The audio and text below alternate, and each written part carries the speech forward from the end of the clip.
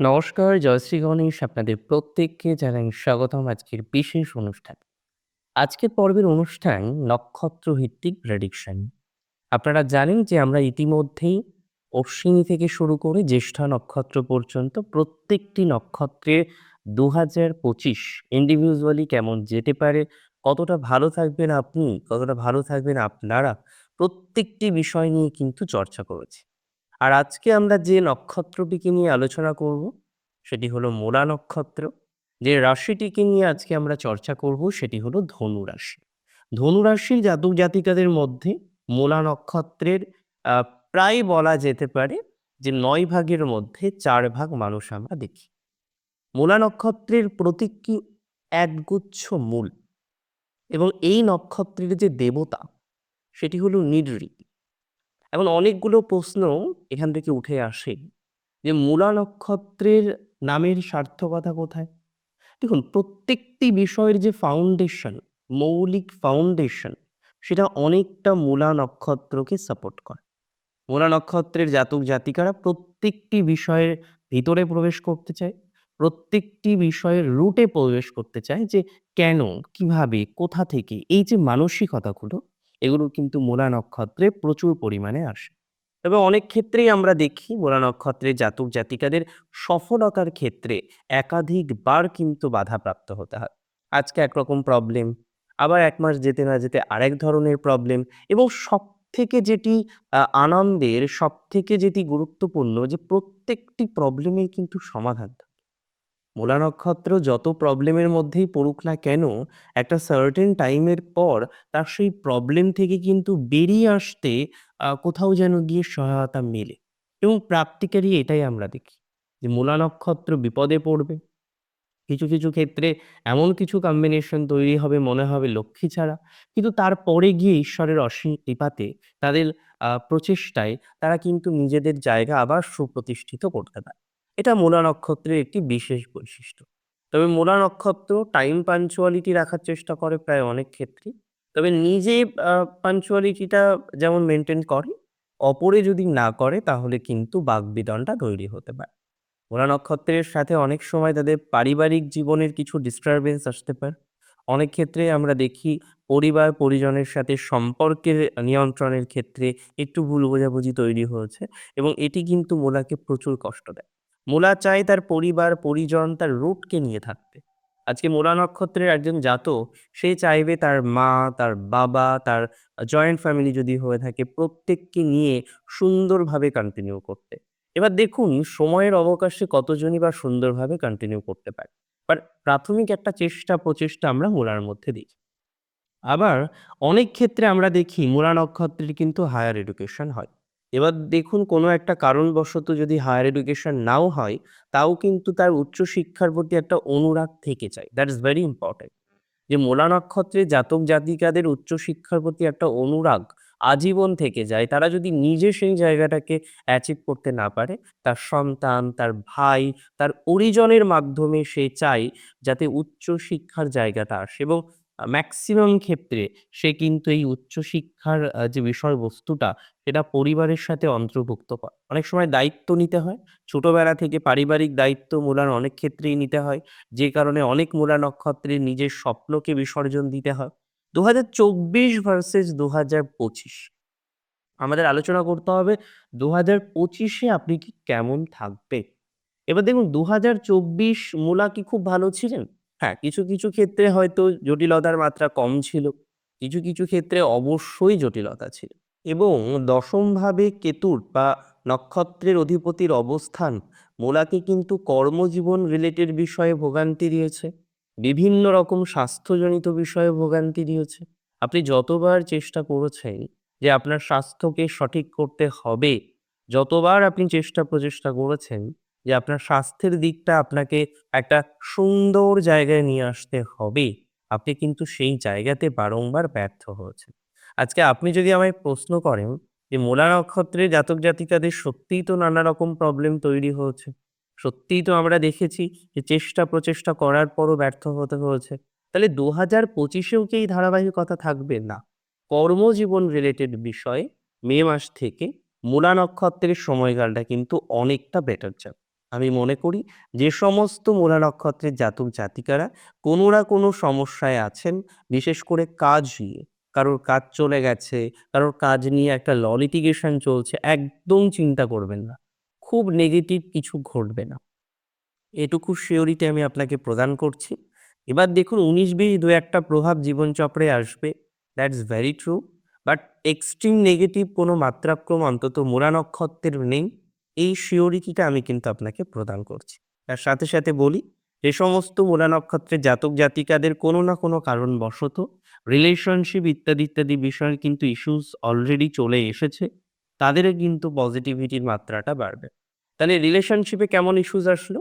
অনেকেই দেখলেন তার যে সম্পর্ক ছিল দীর্ঘদিনের একটা রিলেশনশিপ, সেই রিলেশনশিপ থেকে আপনাকে কার্যত বেরিয়ে আসতে হলো। তাহলে এটুকু আমি মনে করি যে পজিটিভিটির মাত্রাটা ধীরে, ধীরে কিন্তু বৃদ্ধিপ্রাপ্ত হবে।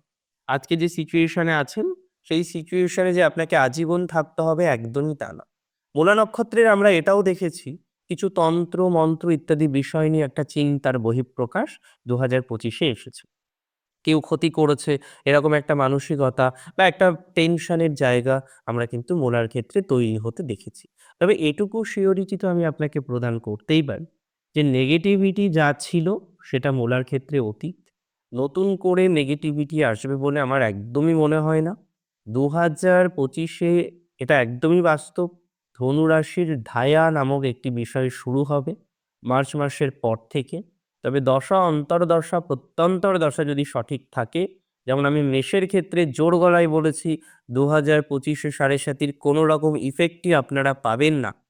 তেমনই কিন্তু আমি আপনাদের জানাচ্ছি, নিশ্চিতভাবেই ২০২৫ এ ধনুরাশির জাতক জাতিকারাও অন্তত যাদের দেবাড়িগণ মানে রাক্ষসগণ এবং মূলা নক্ষত্র, তাদের কিন্তু বিশেষ নেগেটিভ প্রভাব আসবে।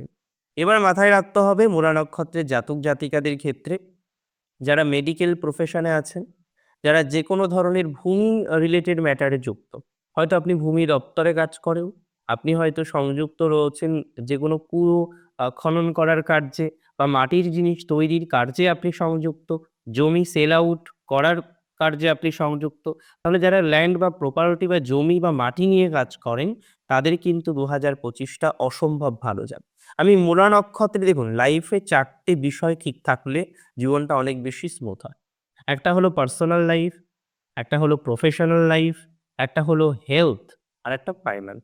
এই ৪ টে বিষয়কে যে ব্যালেন্স করতে পারে, জীবনচক্রে তার গতি প্রকৃতিটা অনেকটা বেশি তৈরি হয়। মূলা নক্ষত্রের ক্ষেত্রে কিন্তু এই ৪ টি বিষয়ের প্রকৃত ব্যালেন্স নেই।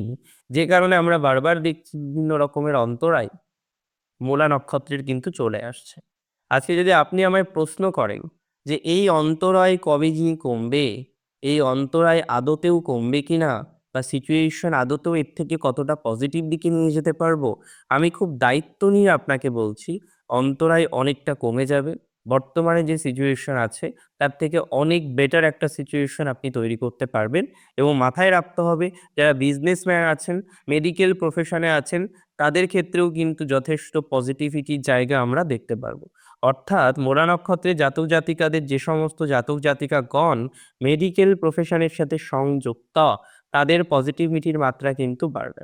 ধীরে, ধীরে আমরা দেখতে পারবো অ্যাস্ট্রোলজি, স্পিরিচুয়ালিটি ইত্যাদি অকাল্ট বিষয়ের সাথে যারা কানেক্টেড তাদের পজিটিভিটি থাকবে। ব্লাড কালেকশন সেন্টার আছে যাদের, রক্ত নিয়ে কারবার করেন যারা, ল্যাবরেটরি রয়েছে, পলিক্লিনিক রয়েছে, তাদের ক্ষেত্রে কিন্তু যথেষ্ট পজিটিভ প্রভাব মূলা নক্ষত্রের এক্সপেক্ট করা যায়। মূলা নক্ষত্রের এডুকেশনাল প্রবলেম কিছুটা থাকলেও মার্চ মাসের পরে কিন্তু এডুকেশনে পরিবর্তন হওয়ার সম্ভাবনাটা বেশি থাকবে। যারা কম্পিটিটিভ এক্সামিনেশন বা তদ্গোত্রীয় বিষয়ের সাথে সংযুক্ত হতে চাইছেন, তাদের কিন্তু পজিটিভিটির মাত্রাটা বিস্তর বাড়তে পারে। তার মানে এই বিষয়টা নিয়ে কোনো সন্দেহ নেই, কোনো সন্দেহের অবকাশ আমি কিন্তু প্রকাশ করছি না যে নক্ষত্র যদি মূলা হয়ে থাকে, মেডিকেল এন্ট্রান্স বা যেকোনো ধরনের এন্ট্রান্সের জন্য যারা নিজেদেরকে প্রিপেয়ার করছেন, তাদের পজিটিভিটি কিন্তু বিস্তর বাড়তে পারে। তার মানে এটা মাথায় রাখতে হবে, মূলা নক্ষত্রের জাতক জাতিকাদের পজিটিভিটির মাত্রা রয়েছে।